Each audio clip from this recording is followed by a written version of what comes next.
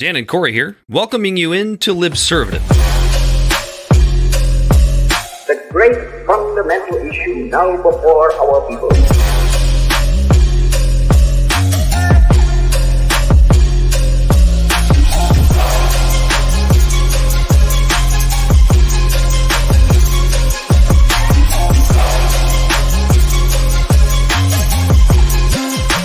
We, the people, cannot turn back.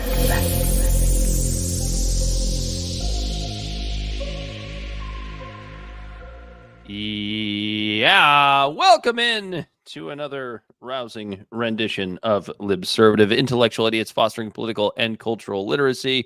Mel the Bodysnatcher on the ones and twos. He, as always, is Corey Walsh. And he's Dan Griffin.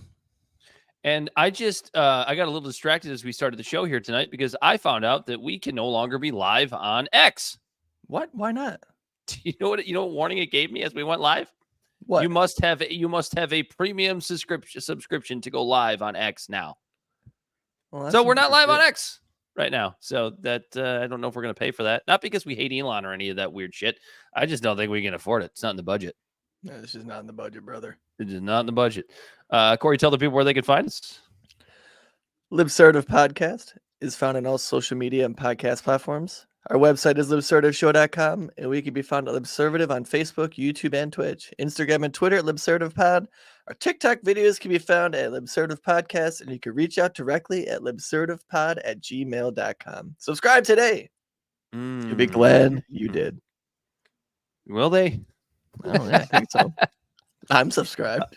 We got a lot ahead of us here today. Obviously, I came out and did my my 44-minute tirade on the Trump shooting just a couple of days ago. But Corey hasn't had a chance to say his piece.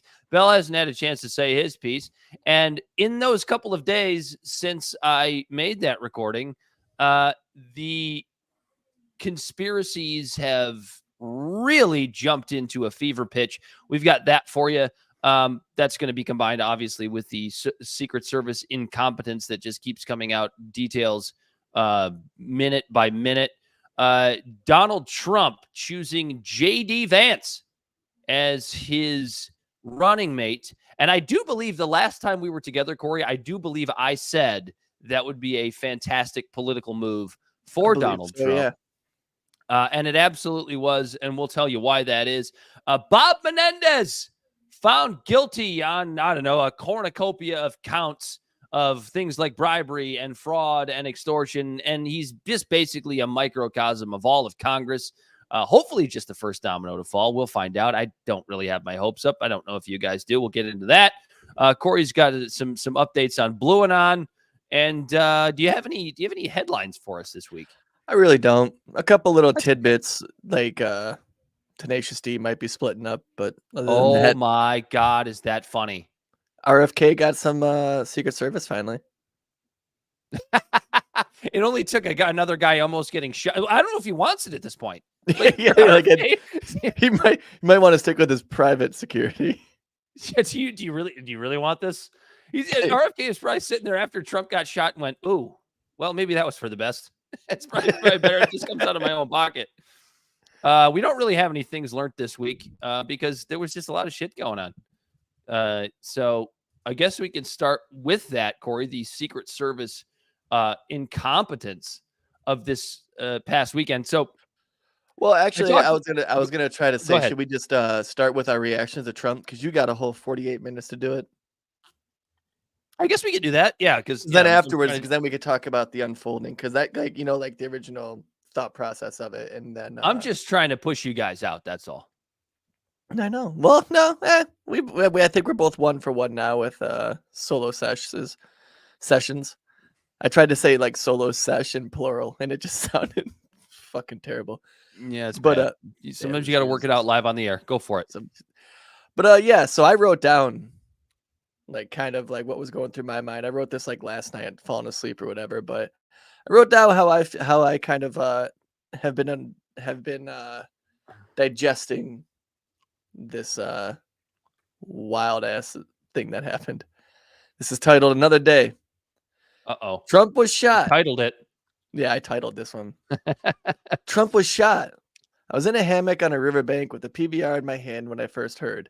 The news spreading around a small beach on a river bend while music, laughter, and beers cracking filled the background like an ambient soundtrack to a beach party movie scene. My son was playing on the bank with his Hot Wheels monster trucks. His old friends and new acquaintances' surprised faces showed them trying to grasp the scenario in their drunken haze. You're fucking kidding, or say you swear. The typical responses to such an outlandish claim as people pulled their phones out to fact check the preposterous news, only to find out that, yeah, the former president has been shot. He was at one of his typical rallies, on stage for about 6 minutes into his speech, and a 20-year-old kid on a warehouse roof 150 yards away had the former president and current Republican candidate in his crosshairs as he squeezed the trigger and fired multiple rounds towards Trump. In an extraordinary moment, Trump is seen grabbing his ear and ducking. A quick exchange of fire, coupled with a handful of Secret Service members tackling the president, and the unbelievably historical event was over. "Shoot her down" could be heard as Trump stood back up with blood on his face and a clipped ear like a fixed stray cat. Raised a fist to a roaring applause straight out of some sort of movie. Truly a sight to see. Meanwhile, people who caught the stray bullets from the shooter fought for their lives. A fireman, whose only crime was attending a Trump rally, was passed away in the aftermath. It only took minutes for the finger-pointing, social media conspiracies, and hateful rhetoric to spread like wildfire across the internet and corporate media outlets. An inside job, Biden, the Russians, the GOP, or even Trump himself all had blame placed at their feet. I honestly can't say what I think other than most things like this is usually an Occam's razor type scenario. Don't count anything as nefarious that can easily be explained by incompetence, which the Secret Service has been akin to from time to time. Best let the dust settle instead of trying to be the first on such a tragic event as this very well may be our generation's JFK type conspiracy for years to come. When the news broke back at the riverbank, I felt an underwhelming feeling of dejection. This isn't good was a thought that was running through my mind. Will there be copycats, retribution, acts of violence, domestic terrorism? Possibly.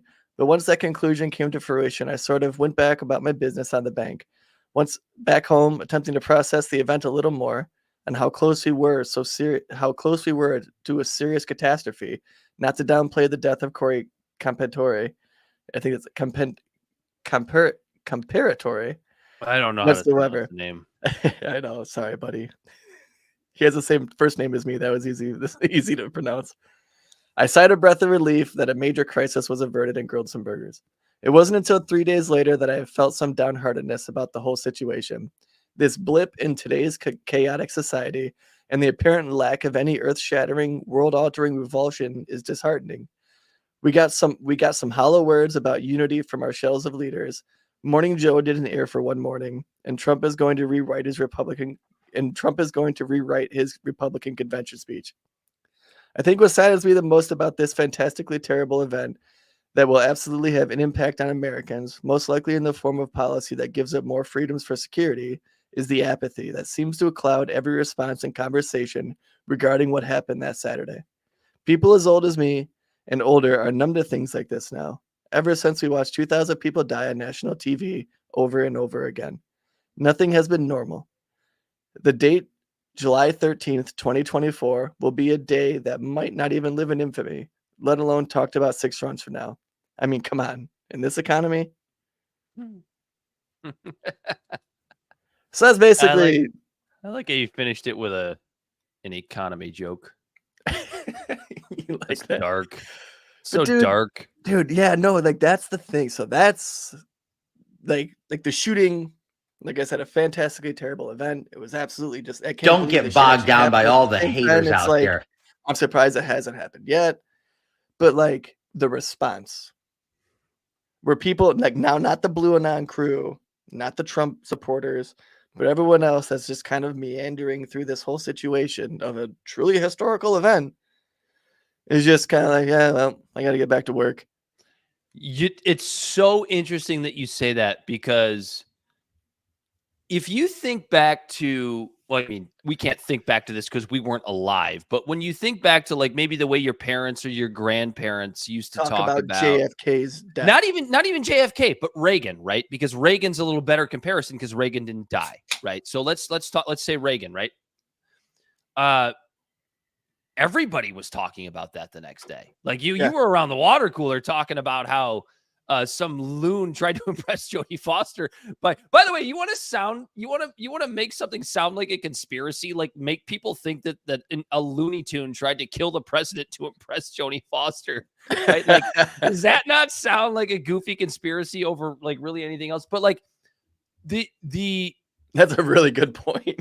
Yeah, like so like it wasn't like who was before him? It was it Carter? No, Carter had the Cubans, or no, Truman had the Cubans trying to infiltrate the house next to the White House because it was being renovated.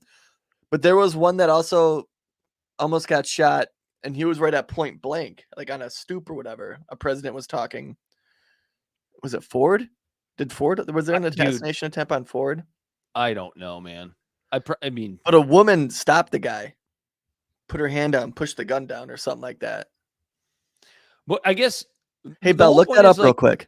The fact that nobody, like, just in your regular life, is having this discussion. Like, as a sales rep, I go around and see customers all the time. Nobody went to me and was like, "Isn't it crazy what happened on Saturday?" Nobody said a word. Not one word. Nothing. Not one. Like, it was just like business as usual.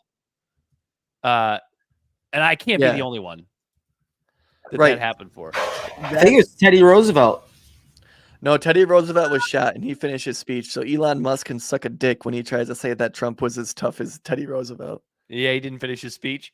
Yeah, he didn't finish his speech. He was shot in the ear. Teddy was shot in the chest. Let me get my shoes on. Let me get my shoes on. Dude, that photo with him in the fist in the air is going to be iconic. That photo is okay. 50 years from now, Dan, that photo of 15 years from now, 50 years from now, 20 years from now, whatever, is going to be in a high school history book. But it's going to have have a dick drawn in the hand because high school kids love drawing dicks in textbooks. And then we'll get to sit there and be like, yeah, nobody at work talked about that event the next day. It was really bizarre. But can I just I'm gonna throw a hot take out there that, like, I'm already telling you right now, Trump supporters are not gonna like me for what I'm about to say. I didn't say this on Monday. I didn't find it to be very relevant. William McKinley is the president you are looking for. William McKinley. When was McKinley president? Because he was shot after giving a speech in Buffalo on September 6th, 1901. He was shaking hands with people passing through a receiving line when a man fired 2 shots into his chest at point blank range. Doctors expected him to recover, but gangrene set in around the bullets. Yeah, he was the last. He was the last president to be assassinated until JFK. Ford. FDR got President Ford. Shot. Truman got shot.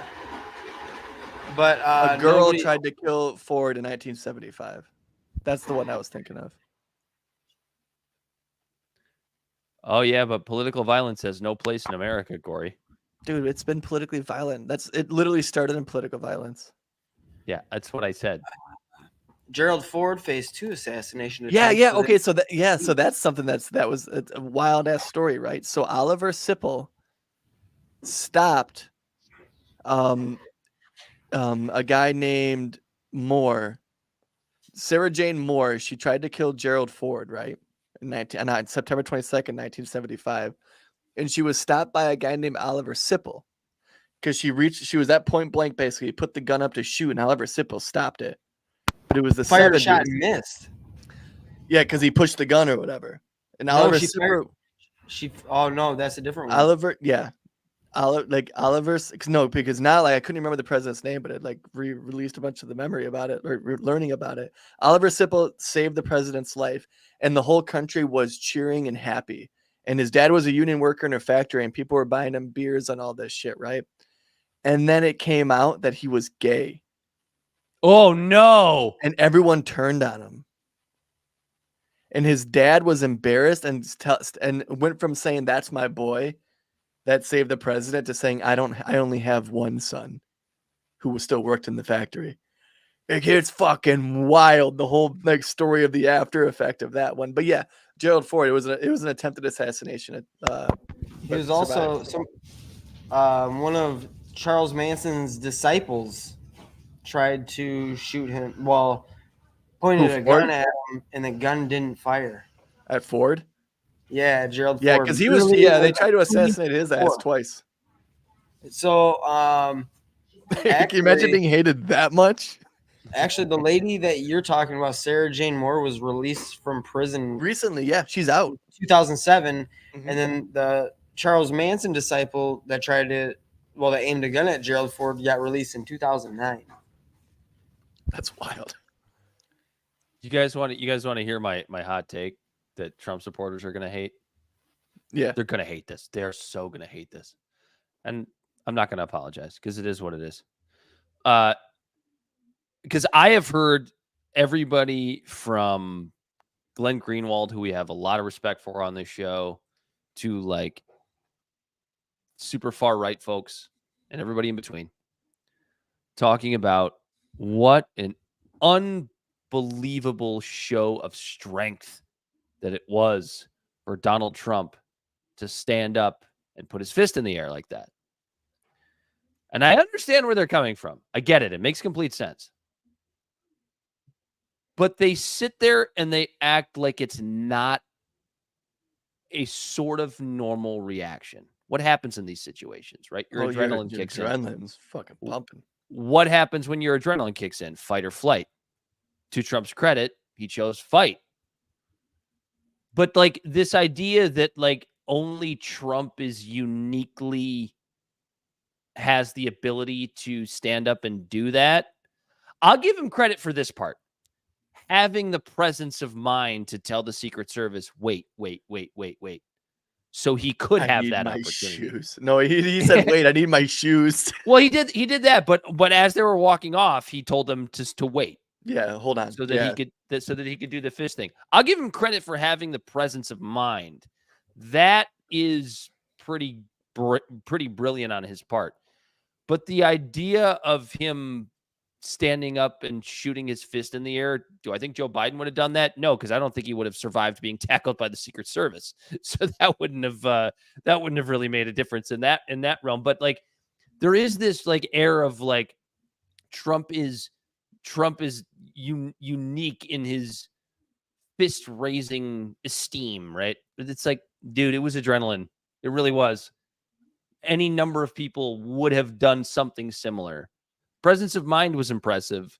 The action itself, to me, was not nearly as impressive. Yeah, no, I mean, I get it. Like, I don't know if you've ever been in like life-threatening close calls, whether it's you or someone in your vicinity. But like afterwards, that adrenaline, like when you surpass that and you're still alive on the other end, and everyone else is, it's like you get a woo, like a fucking yeah, dude. Like I've been there. Isn't that bizarre that like our human physiology does that, where it's like a celebratory cause to avoid near death, right? Because it was close, it was right there, and you're just like, woo, I'm fucking invincible. Yeah, I'm invincible. Alive. Yeah. Like, you missed me, motherfucker. So like, yeah, I could. So like, I get it. And everyone in the crowd probably kind of felt that too, because they all cheered like it was some. Oh God, dude, that was absolutely fucking insane. The cliche USA chants afterwards. It's like, what world do we live in? It's like the president gets shot, and 2 minutes later, the former president gets shot, and 2 minutes later, people are chanting USA, USA. That is uniquely American, is it not? And it is. And you know what? And like, that is one thing that's just like great about this is the fact that like, even though this isn't somebody we're gonna vote for, we're happy that we can make jokes about this because he's still fucking alive. Right. We wouldn't be making these jokes if he wasn't.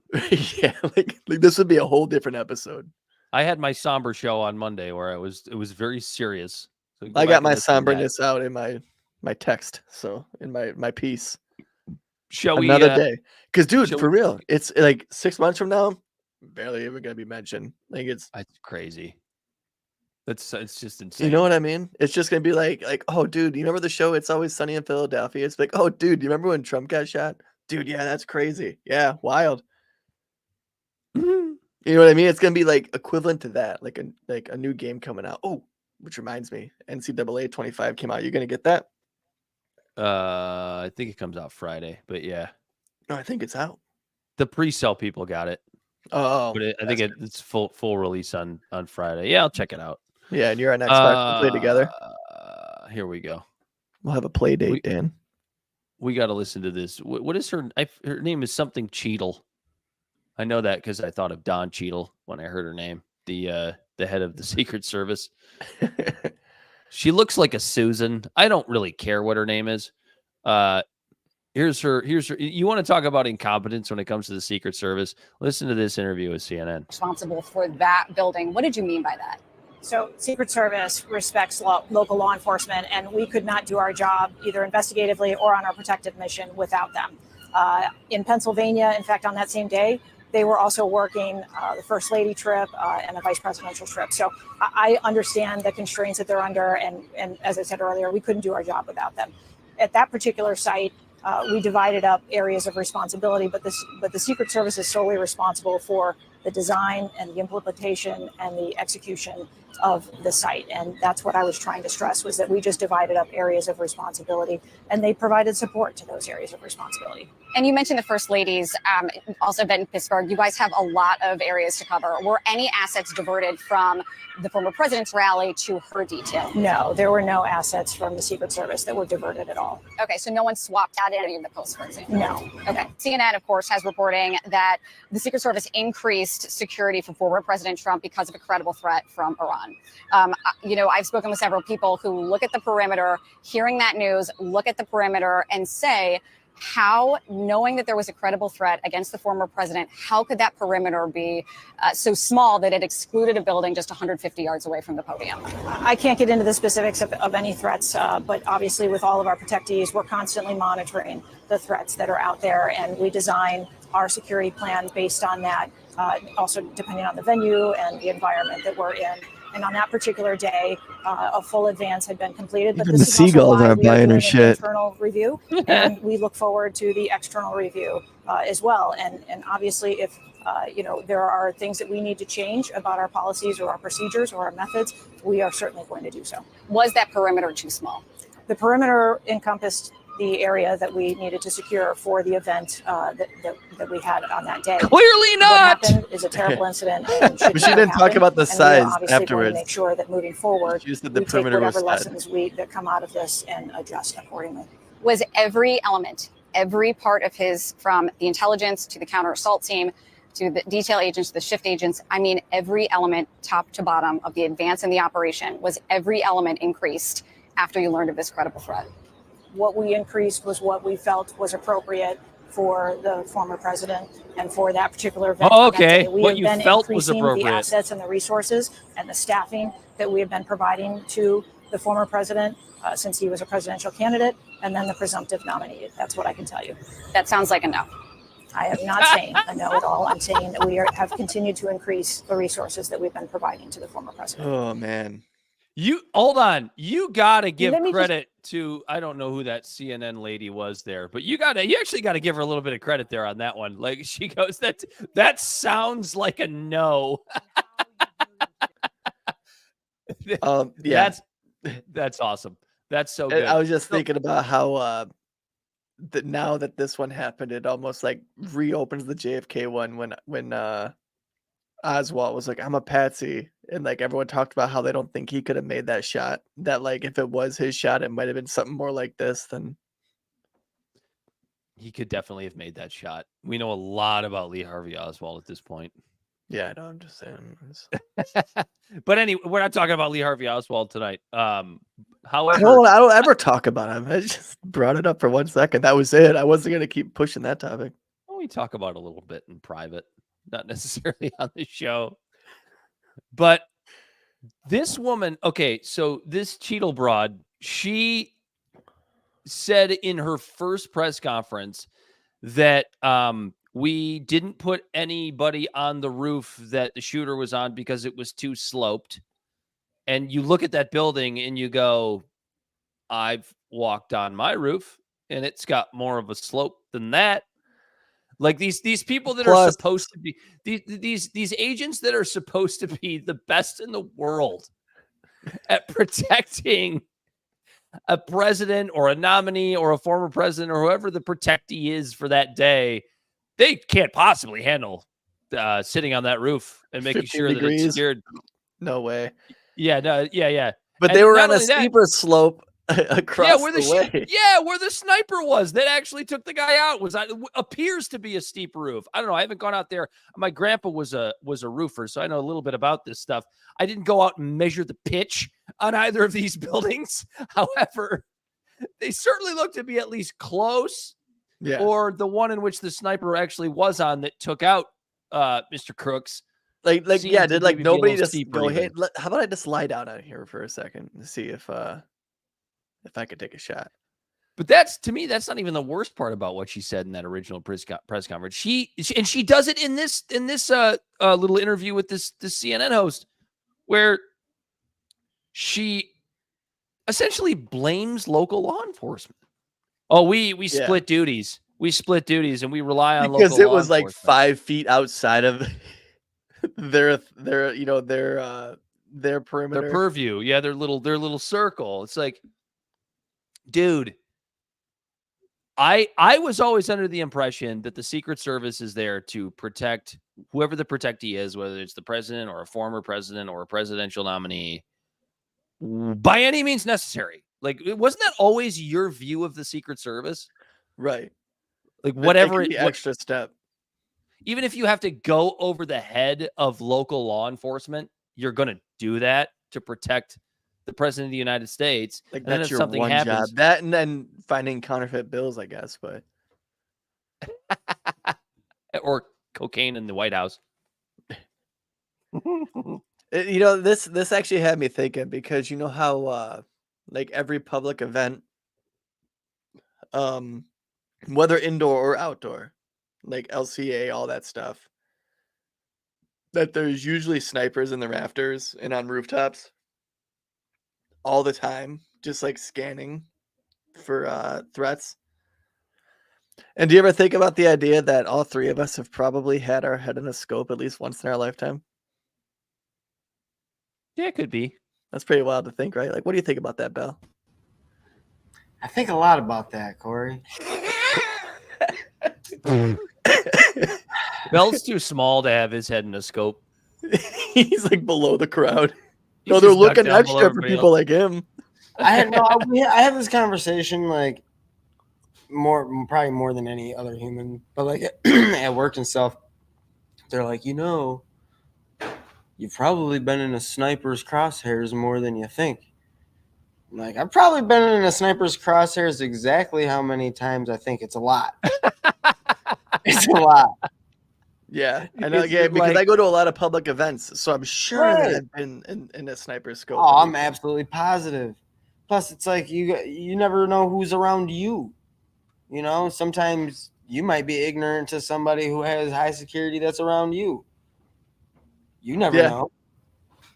You never. Yeah, you're out at the fucking Lil Nas X concert picking fights and shit. Right. All of a sudden, Billy Ray Cyrus comes out with his sniper rifle, like, "Hey, man!" Hi, man. Jumps off his horse. He goes. You go and get. He goes, "Don't break my heart." He says, "Don't break my heart. I hate you break your heart." Oh shit! The mullet just starts to grow before your eyes. It waves at you. Like, I don't know what the fuck. What do you think about some of the? I know I talked a lot about this on Monday, but what do you think about some of the early conspiracy theories, right? Because I'm starting to see, and this is kind of gonna bring us a little bit into our next topic on the list here, Corey. But my early reactions to all of the early conspiracy theories are I have a very Occam's razor view of all of it. Yeah, same here. It's so easy to come up with a legitimate reason to debunk it. And I had a good buddy of mine who was just trying to play devil's advocate. I mean, like, he doesn't believe any of this stuff necessarily, but his whole thing was, if I was going to arrange a conspiracy to kill Trump, I would feign incompetence, right? Because that's what you're hearing all over the place, not just from us, that the law enforcement officials and the Secret Service were all incompetent. And my immediate reaction to that was, that would require a lot of people being in on it. The feign of incompetence, because otherwise, if Trump is so bad and so evil and you have to take this man out, right, you're leaving an awful lot to chance. Right. You're hoping that the police officer that confronted him on that roof doesn't run away like he did. You're hoping that nobody sees him, as Bell said in our pre-show, upwards of 60 minutes prior to the event, or prior to the shooting, I should say, not necessarily prior to the event, but prior to the shooting. You're relying on so many factors to just go right if you're planning. Like, again, if you're going to arrange a conspiracy to take out a president or a former president or a presidential nominee, you're just not going to leave that much chance, in my view. So this whole, they faked the incompetence on purpose, it's not a very good conspiracy theory to me. No, you're absolutely right. Like I don't think you could fake a competence. It's like trying to have a good skater fake bad skating. Yeah, and at the same time, and they're not good enough to fake. Like, you know what I mean? So like, it takes a really, really, really good skater to pretend to be able to skate effectively without falling, pretending to be a bad skater, ice or rollerblades, right? They would have to be a really, really, really, really good government agency to fake being a bad agency. The problem is they're not a really, really, really, really good agency. They're not good enough to pretend to be bad, is what I'm saying. You have to be very competent to feign incompetence. Right. And they're not very competent. We know this. There are a multitude of examples of this. If you have to go check out Ken Klippenstein's Substack, the piece that I read on Monday, it's very good. If you need to reread it, the ineptitude of the Secret Service for a long time and scandal of the Secret Service for a long time. They're all out doing blow and getting hammered and getting prostitutes the night before all these rallies. They're in town for the night. They're out getting plastered. They tuck the president into bed. A couple of them are stuck having to hang out with him. And the rest of them are going out and just getting fucking shit wrecked. All of that's documented, that even the Secret Service on JFK's day were hungover. Well, they were probably partying with the president in certain instances as well. How many Secret Service men do you think got a Hummer from Marilyn Monroe? Just to keep their mouth shut.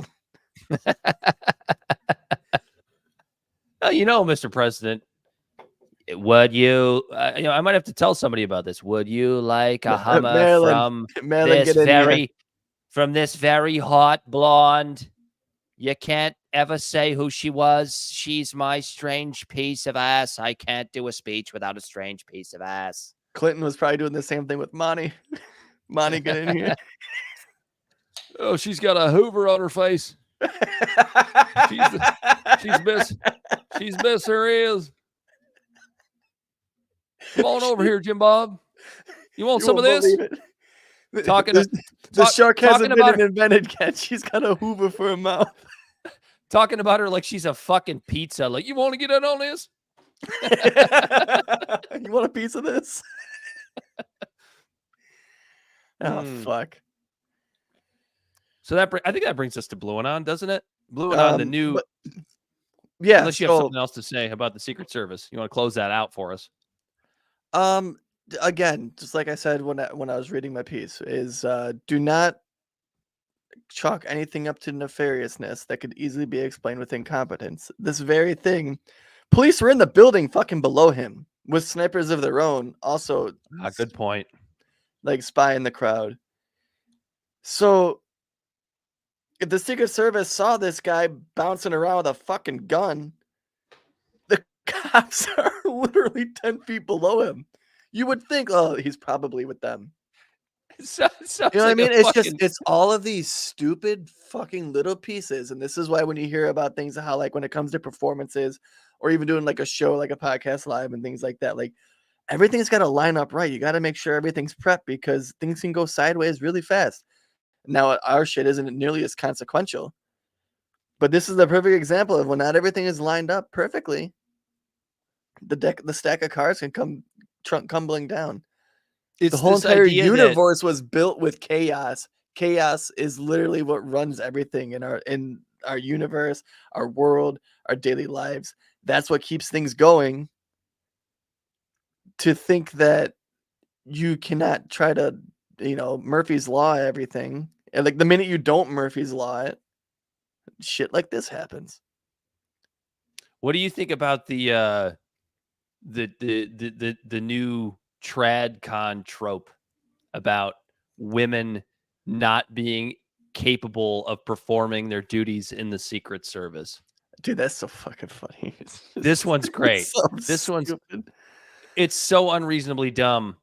But I'm not going to lie. This leader of the Secret Service right now, this Cheadle chick, doesn't really help the cause for women in the Secret Service, does she? Because she's clearly a fucking idiot. I think she's covering for the incompetence because she's the head, she's the face. She's doing her best to scramble to cover for all them. Then why did she not resign? Like that should have been step one. That should have probably will eventually. She has to take all the lashings, and then when things calm down, I don't know. Or maybe that women are just as arrogant and egotistical as men when it comes to being in positions of power. Corey, I don't know if you know this, but in some ways, women in politics and in law enforcement have a little bit of a chip on their shoulder. I was literally just going to say they have a chip on their shoulder. I mean, arguably. I mean, I'm not going to say justified, but it's understandable. Not Nikki Haley. I was going to say Hillary Clinton, but they're basically the same person if you're actually paying attention. But Hillary Clinton was going to use Libya as a running platform for her campaign in 2016. The success of Libya. Jesus Christ. So this is we're talking about obviously a woman in an interdimensional space demon in a human suit. She's in a human suit. She ain't no woman. She smells like death. She smells like sulfur. She's in contact with interdimensional child molesters. I got the documents. I got all the documents. They're in the back room. I can't show anybody the documents ever, but I got them all. Yeah, there is a little bit of a chip on shoulder mentality with women in politics. But again, it's understandable. We've been going at this shit for 2,000 years since things started being recorded. Women have only been able to have a true crack at it for about 50 years. For those who don't know, I was just doing an Alex Jones impression. Yeah, me too. Because people get upset. They're like, "This did you hear what that guy said about those women?" Fuck that. They didn't get like anyone who's going to get offended by that is probably also following the whole Blue Anon thing, thinking it was staged by Trump himself to gain some clout. And like me, like a pick-me beta cuck. Oh, How dare he say those things about women? That's so wrong. Ladies, come over here and suck me off. Jesus Christ.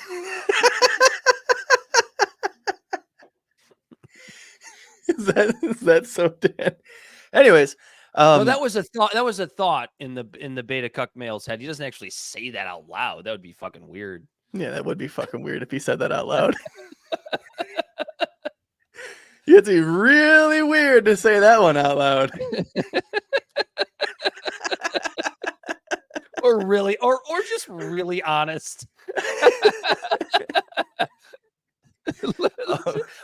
I mean, R.I.P. Richard Simmons, but that was a very interesting Richard Simmons like impression. Ladies, come over here and suck me off. I don't think he ever said that though. He was more into body positivity. Yeah, and dudes. And what? Dudes. And dudes. Not that there's anything wrong with that. But not that there's anything he had wrong to be with pretty that. quiet about that too. I just told you what happened to Oliver Sipple, a national hero. He saved a president. That's true. Yeah. And because he was gay, I mean, they Richard fucking- Simmons might have saved a president too, for all we know.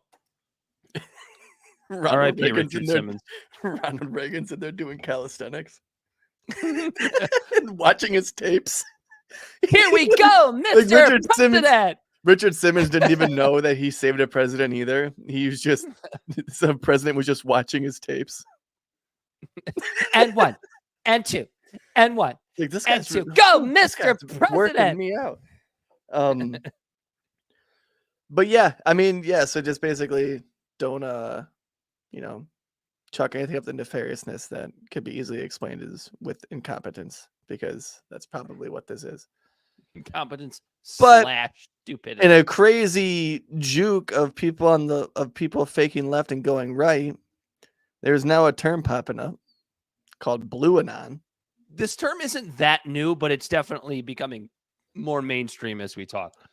So I found this article on the New Statesman page, and it's probably the only one I'm ever going to get to read from them, because they said I get 3 free articles. But I was reading it a little bit right before the show, and it's actually pretty interesting. So this guy, he goes, the alarming rise of, and I was just going to read the article because I don't have headlines or anything like that for this week. So the alarming rise of Blueanon. After the attempted assassination of Donald Trump, left-wing conspiracy theories have proliferated. I'm really worried about my adoptive homeland, the United States. It isn't just that a would-be assassin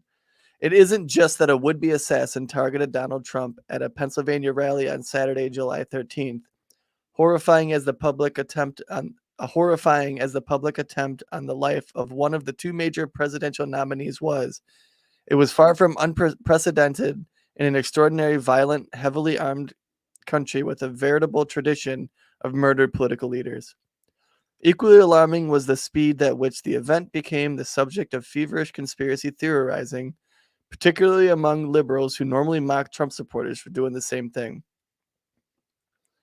Behold the rise of Blueanon, the democratic upscale equivalent of the right's QAnon conspiracy theories, according to which an elite cabal of child-molesting Satanists have manifested in the Democratic Party and is out to steal elections while destroying the Make America Great Again movement. Now, it seems, it is the left who sees covert plots everywhere. In an email to left-of-center journalists on Saturday night, Dimitri Melhorn, a political advisor to Reid Hoffman, the billionaire LinkedIn founder and Democratic mega donor, suggested that it was possible that this shooting was encouraged and maybe even staged so Trump could get the photos and benefit from the backlash. This is a classic Russian tactic, such as when Putin killed 300 civilians in 1999 and blamed it on terrorists to ride the backlash to winning power. Others who have embraced this tactic of committing raw evil and then benefiting from the backlash include Hamas. Melhorn's crankery isn't an isolated case. I'm sorry to be this guy right now, and I await more details, the left-leaning rock star Jesse Majara wrote on X, formerly known as Twitter. But this seems really convenient to happen right now after the world just woke up to Project 2025, a reference to a proposal by the think tank Heritage Foundation, a proposal disavowed by Trump himself to push the next GOP administration into the direction long preferred by pro-business and hawkish donors and ideologues.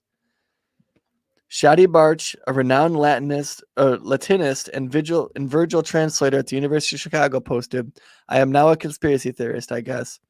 The sight of Trump's bloodless hand after grabbing his shot ear has convinced me. Plus, there's no ear part missing. I don't know what happened, but I no longer believe the main narrative." Some 52,000 X users liked a post that claimed that the instantly iconic photo of the event, depicting a bloodied Trump raising his fist under the stars and stripes, was staged.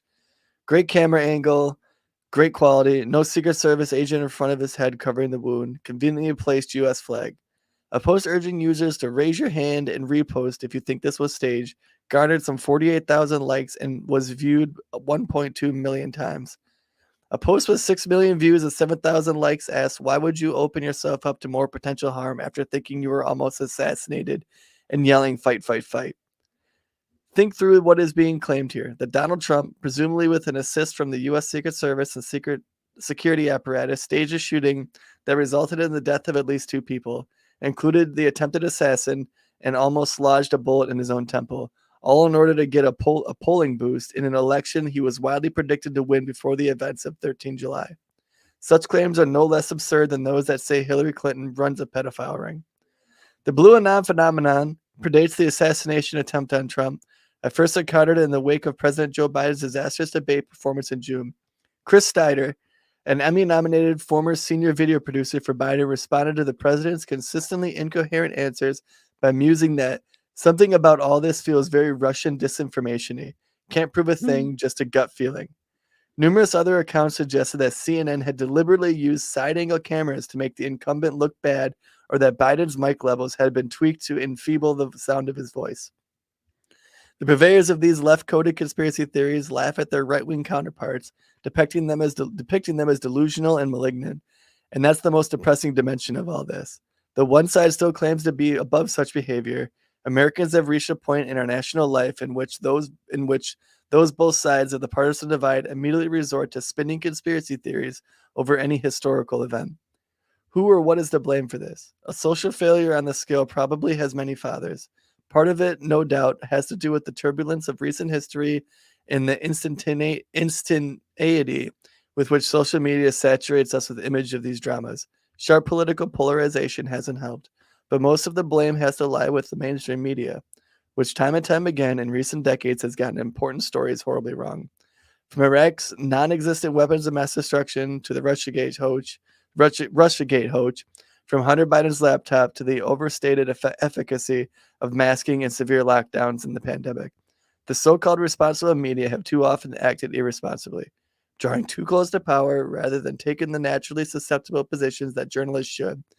They have discredited their own authority to dispel myths and establish public truth. Repairing the broken, conspiratorial brains that are now working to craft the narrative of our politics on the right and on the left won't be an easy task. God help us. My first question is this. What are the chances that Blue Anon is just as much of a sort of idiotic edgelord psyop as psyop? Like, where are we going for pancakes? Psyop as QAnon actually turned out to be. Because it's so funny because there's folks on the right that will be like, oh, QAnon wasn't really a thing. It's like, no, it was a thing. It was just like 8 dumbass edgelords at the end of the day. It wasn't really like a big thing. And some goofballs like Marjorie Taylor Greene ran with it. And are we seeing the same thing with Blue Anon? Because Joyanne Reed is one of these people, MSNBC folks, that are kind of pushing some of this weird Blue Anon stuff, which happened at the beginning of QAnon. I don't know if you remember this, but there were some pretty high profile people that were like referring to Q as if it were a real thing. I mean, these things are short-lived and they come and go. But I do find it interesting that now there's like this weird online presence that is supposed to be liberal that is calling out Democrats. I don't really know what to make of that just yet. I will probably come up with something in the coming weeks. But as of right now, I'm like, is this a good thing? Maybe this is a good thing. You mean in regards to like them calling out CNN, saying that they're trying to take down? Yeah, it's pretty wild. But that's what QAnon did. Remember, rhinos. It's a bunch of rhinos. Yeah, and it kind of worked. And that actually that we won't go here just yet. But that actually kind of leads us into the JD Vance conversation. Right, but before we go there, well, we don't have to go there just yet. I'm just saying. Okay. Well, I was gonna say we got some breaking news. Uh-oh. That's never good. Schiff falls on the sword. Uh-oh. What did Shifty Schiff do this time? He came out and said that that Biden needs to end his re-election bid. Oh, that's big. That's a big name. That's a big name to be doing that. Like the only bigger name, there's only a couple bigger names. 3, really. There's Chuck Schumer. There's Nancy Pelosi. And then obviously there's Kamala Harris. Outside of that, I would say Adam Schiff is probably the biggest name in Congress that could come out and say something like that. Yeah. Well, there was some other breaking news from earlier that we didn't talk about, which kind of applies to this, which is the fact that the Biden administration had to come out and tell everybody that Biden's got COVID. Oh, yeah. In July of 2024. And my buddy decided to text me with a really good joke, which is that Biden's going to get Michael Jacksoned. It's an interesting conspiracy there. Looking for his propofol. Looking for his milk. I need my milk. Nobody remembers that. Nobody remembers that Michael Jackson used to refer to his propofol as his milk. I need my milk. I need my milk. Blanket, bring me my milk. Pillow. Isn't the other one? Isn't it like pillow and blanket or something like that? No, it's Paris, Prince, and blanket. That's interesting how those are kind of bookmarks. Why do I know Michael Jackson's kids' names? Is that from oldest to off youngest? the top of my head. Is that from oldest to youngest? I believe it's Paris interesting that those are little bookmarks in his life and the progression of his mental state. Yeah, like the first kid's name was like a little bit out there, but like there's other Paris Hilton. I know, there's Paris Hilton. That's one other Paris I know. Prince Fielder, the baseball player. The Prince, the pop star. The guy who changed his name to a symbol. And then naming your child after textiles. I'm gonna name my son just Wool. My next one just flannel. Is Biden gonna get Michael Jackson? I don't know. We'll see. Oh man. But yeah, no, this is interesting because this is definitely, I wonder who else is going to now be like, oh, we could say it? Is it good now? Is it clear we can say it? Yeah, that's interesting. Adam Schiff. Probably the best thing he's done in his career. Yeah, the best thing he's done in his career is told a fellow Democrat to dude, we can't do this anymore. Come on. He'll fall back in line. He'll come out and say that he was nervous because of something. What do you think? Okay, so here was what do you think is going to happen? Is he going to fall back in line or is he going to double down? Let me see if I can find this. Is there a video of this? Was this in a press conference? What do you think, Bell? I'm bringing you in. Do you think he's going to fall back? Do you think he's going to fall in line after pushback, or do you think he's going to double down? Probably going to double down. You think so? He's going to double down? I think he's going to double down. What do you think, Dan? I don't see any videos. Yeah, I mean, I wouldn't. I don't think he's going to need to double down. I think it's just he said what he said and he meant it. Because listen, dude, we are in a spot now where, I mean, Democrats see the writing on the wall. I mean, this has been the case since the debate. They've tried to, obviously never let a good tragedy go to waste, right? Which was the Trump shooting. They kind of tried to use that as like a distraction. An opportunity for Biden to be like, oh, he can definitely bring the nation together. Let's send him out there with a teleprompter and write everything that he's going to say. And he still can't fucking get the words out, even when they're right in front of his goddamn face. Well, once somebody started saying it, it was like a disease that started in the party. Just once somebody said it, and then they seen the fact, like people. You know what it was that got everything started? And this is what the saddest part about the state of our politics is the fucking donors. Yeah. Yeah, you're right. Abigail Disney. It wasn't another rep. Nobody. Whitmer was on, what was it? She had something recently talking about how they need to stand behind Biden and all of them. With age comes experience. They're all toeing the party line. And then the donors backed out. Yeah, you're right. And at the same time, Elon Musk is promising $45 million to Trump. That's so interesting because it applies to the RNC, which is going on right now. I don't know if you guys saw this, but all of a sudden, All of a sudden, Nikki Haley and Ron DeSantis are right on Donald Trump's jock again. Don't know if you saw that. Now, that's, you know how every presidential election goes. They all try to run. They get their ideas out there. And then whatever their strongest point was on their campaign trail, they drop out in grace and then endorse the lead person because they're probably promised. Didn't drop out in grace. No, she didn't. She was basically forced out. But like, that's what gives, even though But then they come in and they endorse them to get a cabinet position. This is why I still think this man is full of shit in a lot of ways. And I'm talking about Vivek Ramaswamy.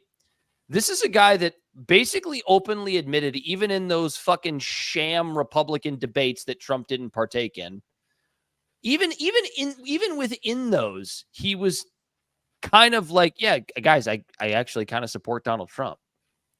So like, at least there was a little bit of an honesty factor there from Vivek that you didn't see from anybody else on that stage. And so like, you look now, the very, very early polling is showing like, okay, let's look at 2028 Republican nominees. JD Vance is number 1. Vivek is number 2. Ron DeSantis is number 3, and Nikki Haley's number 4. I love how DeSantis fell to 3. He just got jumped over by 2 younger guys. But like, I guess you can have a little bit of respect for that honesty. I mean, JD Vance, since we're talking about it, I think we can hop right into him. Like that's the VP pick. He probably will be the one running in 2028. He's only 39. Listen, I'm going to be very, very clear about my feelings on JD Vance. I don't think he's any different than most run-of-the-mill politicians, in the same way that I don't feel like Donald Trump is really any different than most run-of-the-mill politicians when we're talking about policy, right? That's the thing that people always leave out. Like, Trump's way different. He says all of these things and he does all of the, he throws all of these things out there. But when you look at Trump's policy, he's a run-of-the-mill politician. 100%. And I feel the same way about JD Vance. JD Vance is a guy that has flip-flopped on a million different things. This is a guy including hating Trump. He was a never Trumper before he ran for Congress. I will back my opinion from a couple of weeks ago before this pick was announced that I think from a political perspective, the pick of JD Vance as Trump's VP was a wonderful pick from a political perspective. Yeah. Trump is a wonderful, wonderful, wonderful politician. He's great. He's a great politician. He's better than pretty much anybody else out there. I don't think there is a better politician out there right now. Policy, no. This is a guy that is just very like Trump on things like trade, tariffs. There are other things, but they're skipping my mind. I've lost them at the moment. However, what JD Vance brings to this movement is maybe the absolute end of the stranglehold on working class blue collar voters. That's what JD Vance brings. And that's why it's a brilliant pick for Donald Trump. Yeah. When it comes to social issues and stuff, I know that his votes and stuff are pretty trash. Like I think he voted on the banning IVF bill, which is like you either like, it goes back to everything else. It's either nefarious or incompetence kind of thing, where it's like either you really have a weird stance against this for some weird fucking reason, or you don't know what it is and you just think it falls under a pro-life vote. But when it comes to like workers and labor and stuff like that, for a Republican standpoint, he's probably one of the best Republicans to have in a stance of being like pro-labor. Dude, at the end of the day, we've talked about this on this show multiple times. And I've been talking about this basically since the end of the Obama administration. Oh, and I think he's pro-national abortion or pro-national abortion ban. I'm sure he is, but that's not going to happen. Shit libs will tell you it's going to happen. But It's ultimately going to be thrown back to the states. The Supreme Court's not going to rule on that. If they do, then everybody can come back to me and tell me what an idiot I was. But that's my prediction here and now. But when you look at JD Vance's record as far as labor goes, he's marched with workers. Also, so has Josh Hawley. This is a situation, and I think it's something that even maybe we missed picking up on, where the working class basically since 2012-ish, the end of the first term of Barack Obama, is really when this whole working class realignment kind of started, where a lot of smaller unions and even some members of larger unions, maybe not the unions themselves, the heads of the unions themselves, but these were all people that started to recognize the fact that the Democratic Party is turning on fucking blue collar workers. Yeah. This is when it all started. Class. And we said for so fucking long, learn the code, Dan. Right. We've said for so fucking long that the Republican Party has an opportunity here to really start and cause a realignment. And they failed. They failed under Mitt Romney. They failed under Donald Trump because I think he approached blue-collar workers the wrong way in 2016. But again, with him being such a good politician, I firmly believe that he's learned his lessons politically. He's a populist. He right. has no principle. He's a populist. He follows the polls. From 2016 to 2020, Donald Trump has learned his lessons in that regard. And he went, fuck you. I can't run again, or I'm not going to run again. I'm going to pick the guy that I want that makes the most sense, right? He picked Mike Pence in 2016 because he was like, he grabbed the evangelical vote. And I think that he realized that abortion is a contentious issue. Right. But here's the thing. Backpedaled and said he disavows a national ban. And now he's going through the worker. But you got 90% of what I'm about to say, because the thing that he realized when he picked JD Vance this time around was that, like, the evangelical vote, I have that in the bag. I don't they're like, evangelicals aren't going to, this is the mistake he made with Mike Pence. Like, they're going to vote for me anyway. I have an R next to my name. Like, as he said in that interview, what was it, back in like 2012, that he thought Republican voters are idiots. He's right. Republican voters are idiots. Wasn't that the Democrat? What? Him saying that Republican voters are idiots? No, he did say that. Not in those words. He didn't say idiots, but something like they weren't bright voters. Something along that realm. But here's the thing: neither are Democratic voters. It doesn't really matter. No, as evidenced by the blue anon. Right.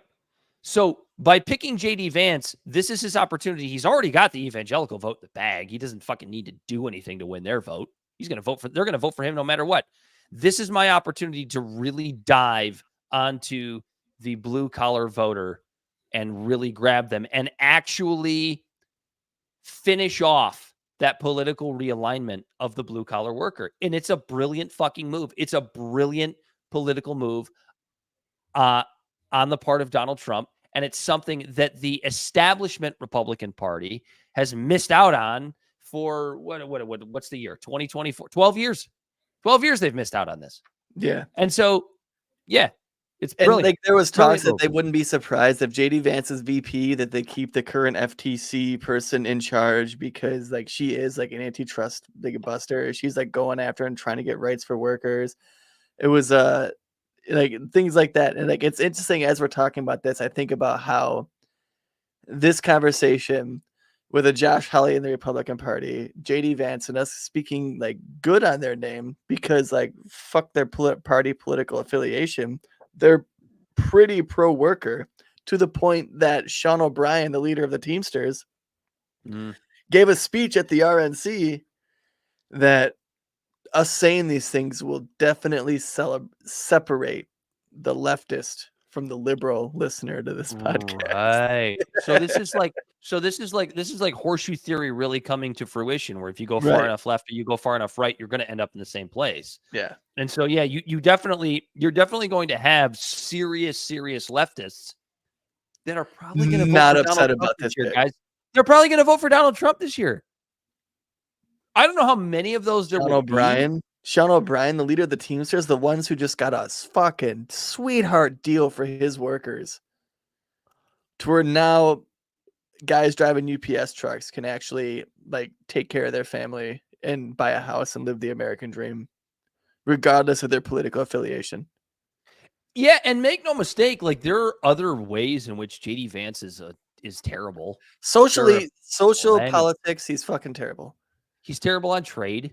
Dude, the national abortion ban thing he voted for, right? You know, the IVF thing, it was like, yeah, tariffs, and he's about tariffs, things like that. It's just like, but you know, it's like any politician, like Biden, like some of his domestic policies, not bad, but his foreign policy is trash.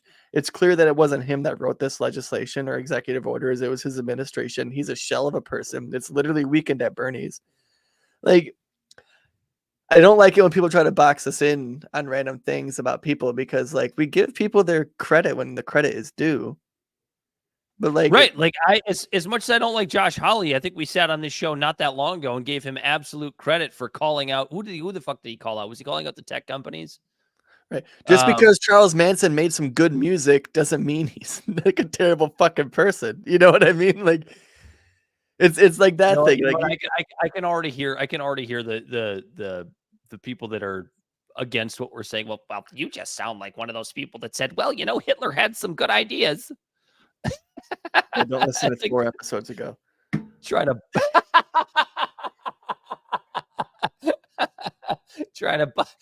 box us into that bullshit. Yeah, wonderful. JD Vance, great political move. Listen, it's not the worst choice for the American worker. It's not the worst choice. This is what it's a really bad choice, but here's what it is. And when I say worker, I mean black, white, Hispanic, Native American, woman, man.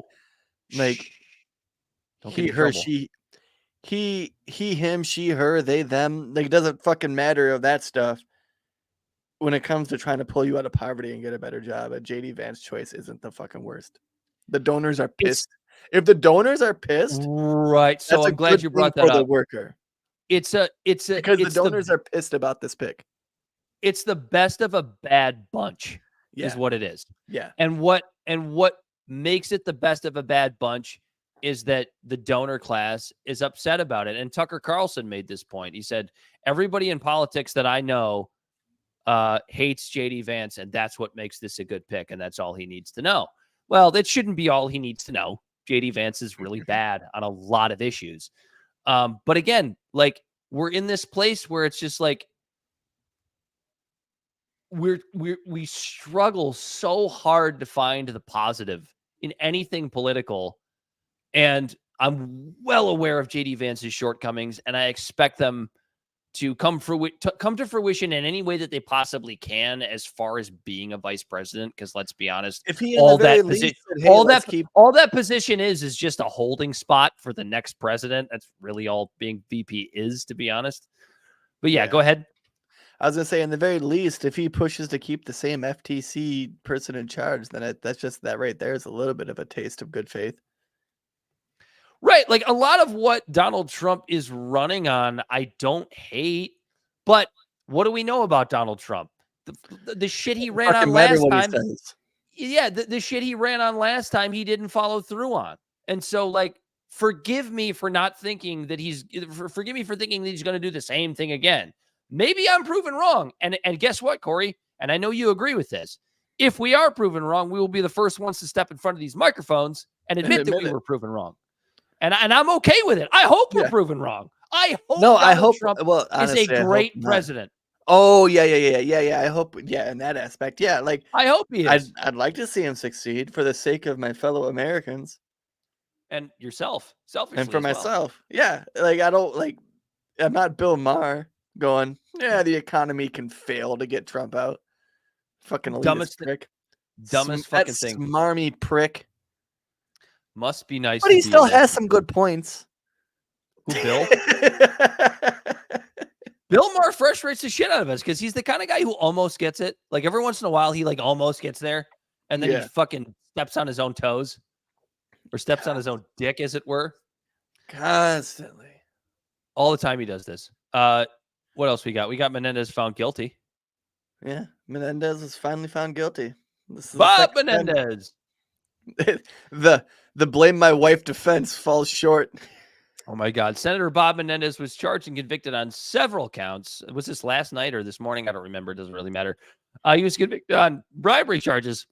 Menendez was found guilty of accepting bribes, including cash and gold bars, to benefit the governments of and Egypt a luxury car. Oh, yeah. He received bribes from businessmen in exchange for taking actions to benefit them and the governments of Qatar and Egypt. He was found guilty on fraud. He was convicted of charges on fraud. Extortion. Menendez was found guilty of conspiracy to commit extortion under Jesus Christ, the color of official right. Yeah, you need to give me some more money or my votes are going to disappear, you piece of shit. Exactly. Acting as a foreign agent. He was charged with acting as a foreign agent. I don't know if he was convicted on that count. Obstruction of justice. Like Menendez was found guilty. Menendez was found guilty of conspiracy to commit obstruction of justice. Several counts of conspiracy. He was found guilty of conspiracy to commit bribery, conspiracy to commit honest services fraud, and conspiracy to commit extortion under color of official right.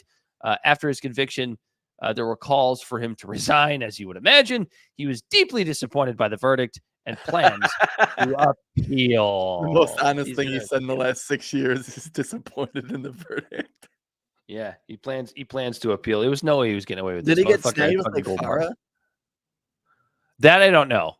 Because you're talking about like working with a foreign agent or whatever. I wonder if he got snagged with like Farah.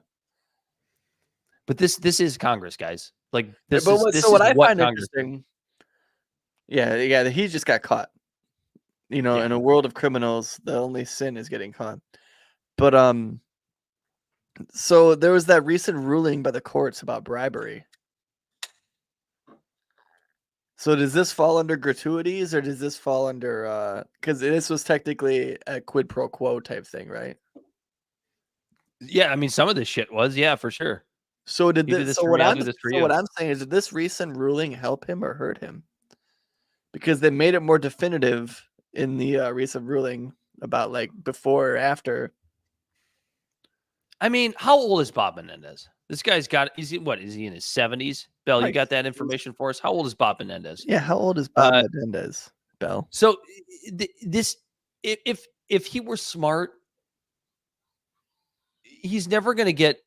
Nobody's ever going to come after him for whatever he's like accrued over this time.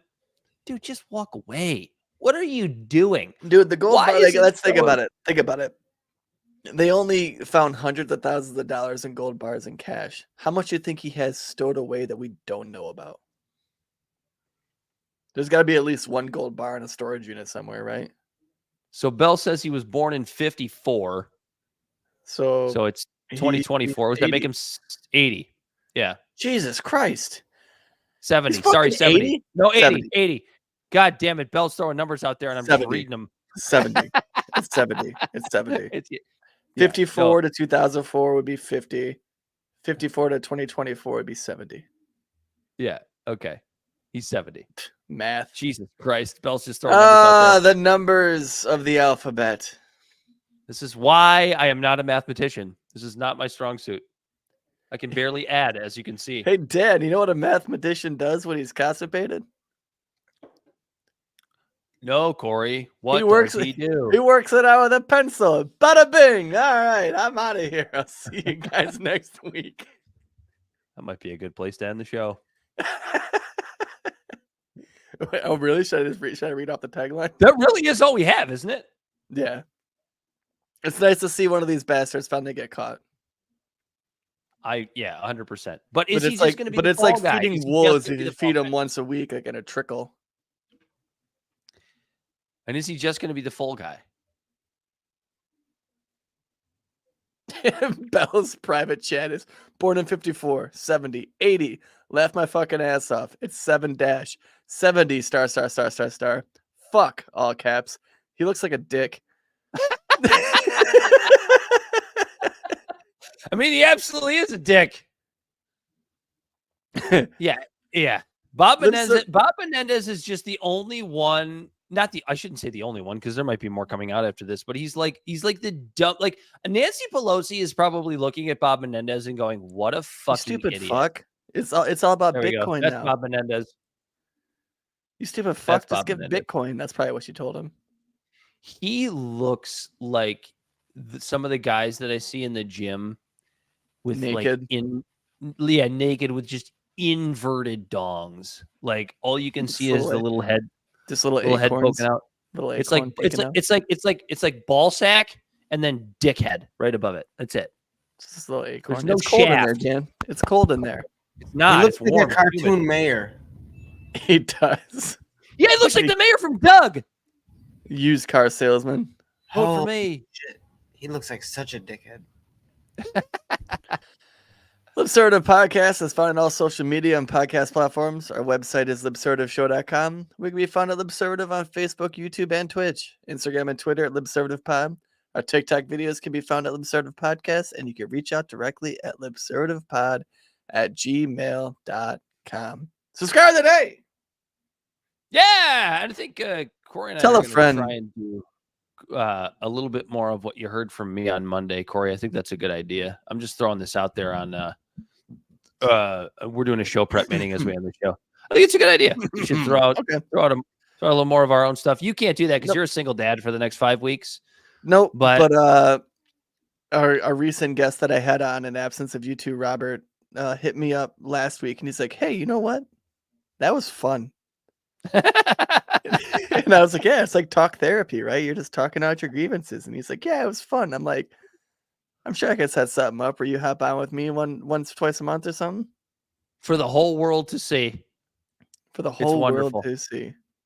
And maybe we could have him on for our like when we did the State of the Union. We have these roundtables, and Bill's here, you're here, I'm here. We could have we can always add more. It's okay.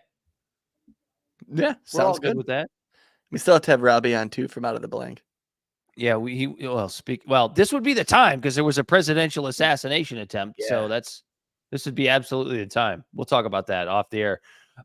Anyway, for Bell the Body Snatcher, he as always has been Corey Walsh. He's Dan Griffin.